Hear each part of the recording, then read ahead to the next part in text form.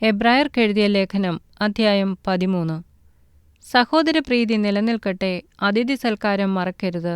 അതിനാൽ ചിലർ അറിയാതെ ദൈവദൂതന്മാരെ സൽക്കരിച്ചിട്ടുണ്ടല്ലോ.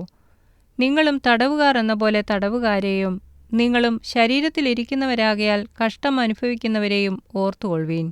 വിവാഹം എല്ലാവർക്കും മാന്യവും കിടക്ക നിർമ്മലവുമായിരിക്കട്ടെ. എന്നാൽ ദുർനടപ്പുകാരെയും വ്യഭിചാരികളെയും ദൈവം വിധിക്കും. നിങ്ങളുടെ നടപ്പ് ദ്രവ്യാഗ്രഹമില്ലാത്തതായിരിക്കട്ടെ. ഉള്ളതുകൊണ്ട് തൃപ്തിപ്പെടുവീൻ. ഞാൻ നിന്നെ ഒരു നാളും കൈവിടുകയില്ല, ഉപേക്ഷിക്കുകയുമില്ല എന്ന് അവൻ തന്നെ അരുളി ചെയ്തിരിക്കുന്നുവല്ലോ. ആകയാൽ കർത്താവ് എനിക്ക് തുണ, ഞാൻ പേടിക്കയില്ല. മനുഷ്യൻ എന്നോടെന്തു ചെയ്യും എന്ന് നമുക്ക് ധൈര്യത്തോടെ പറയാം. നിങ്ങളോട് ദൈവവചനം പ്രസംഗിച്ച് നിങ്ങളെ നടത്തിയവരെ ഓർത്തുകൊള്ളുവീൻ. അവരുടെ ജീവ അവസാനം ഓർത്ത് അവരുടെ വിശ്വാസം അനുകരിപ്പീൻ. യേശുക്രിസ്തു ഇന്നലെയും ഇന്നും എന്നേക്കും അനന്യൻ തന്നെ. വിവിധവും അന്യവുമായ ഉപദേശങ്ങളാൽ ആരും നിങ്ങളെ വലിച്ചുകൊണ്ടു പോകരുത്.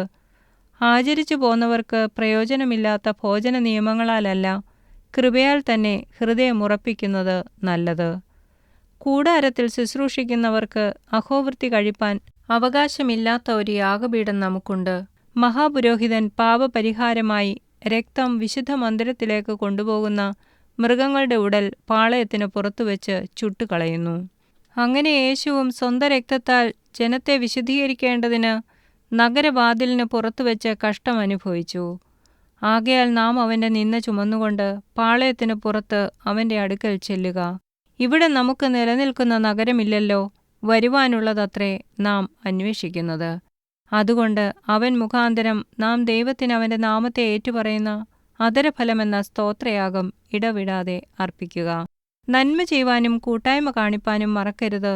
ഈ വക യാഗത്തിലല്ലോ ദൈവം പ്രസാദിക്കുന്നത്. നിങ്ങളെ നടത്തുന്നവരെ അനുസരിച്ച് കീഴടങ്ങിയിരിപ്പീൻ. അവർ കണക്ക് ബോധിപ്പിക്കേണ്ടുന്നവരാകയാൽ നിങ്ങളുടെ ആത്മാക്കൾക്കു വേണ്ടി ജാഗരിച്ചിരിക്കുന്നു. ഇത് അവർ ഞരങ്ങിക്കൊണ്ടല്ല, സന്തോഷത്തോടെ ചെയ്യുവാൻ ഇടവരുത്തുവീൻ. അല്ലാഞ്ഞാൽ നിങ്ങൾക്ക് നന്നല്ല. ഞങ്ങൾക്കു വേണ്ടി പ്രാർത്ഥിപ്പീൻ. സകലത്തിലും നല്ലവരായി നടപ്പാൻ ഇച്ഛിക്കൊണ്ട് ഞങ്ങൾക്ക് നല്ല മനസാക്ഷിയുണ്ടെന്ന് ഞങ്ങൾ ഉറച്ചിരിക്കുന്നു. എന്നെ നിങ്ങൾക്ക് വേഗത്തിൽ വീണ്ടും കിട്ടേണ്ടതിന് നിങ്ങൾ പ്രാർത്ഥിക്കണമെന്ന് ഞാൻ വിശേഷാൽ അപേക്ഷിക്കുന്നു. നിത്യനിയമത്തിൻ്റെ രക്തത്താൽ ആടുകളുടെ വലിയ ഇടയനായ നമ്മുടെ കർത്താവായ യേശുവിനെ മരിച്ചവരുടെ ഇടയിൽ നിന്ന് മടക്കി വരുത്തിയ സമാധാനത്തിൻ്റെ ദൈവം നിങ്ങളെ അവൻ്റെ ഇഷ്ടം ചെയ്യുവാൻ തക്കവണ്ണം എല്ലാ നന്മയിലും യഥാസ്ഥാനപ്പെടുത്തി തനിക്ക് പ്രസാദമുള്ളത് യേശുക്രിസ്തു മുഖാന്തരം നമ്മിൽ നിവർത്തിക്കുമാറാകട്ടെ.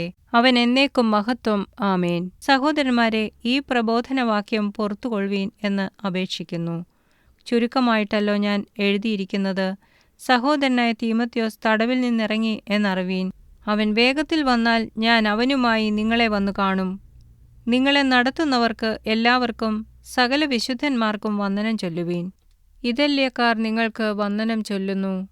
കൃപ നിങ്ങളോടെല്ലാവരോടും കൂടെ ഇരിക്കുമാറാകട്ടെ. ആമേൻ.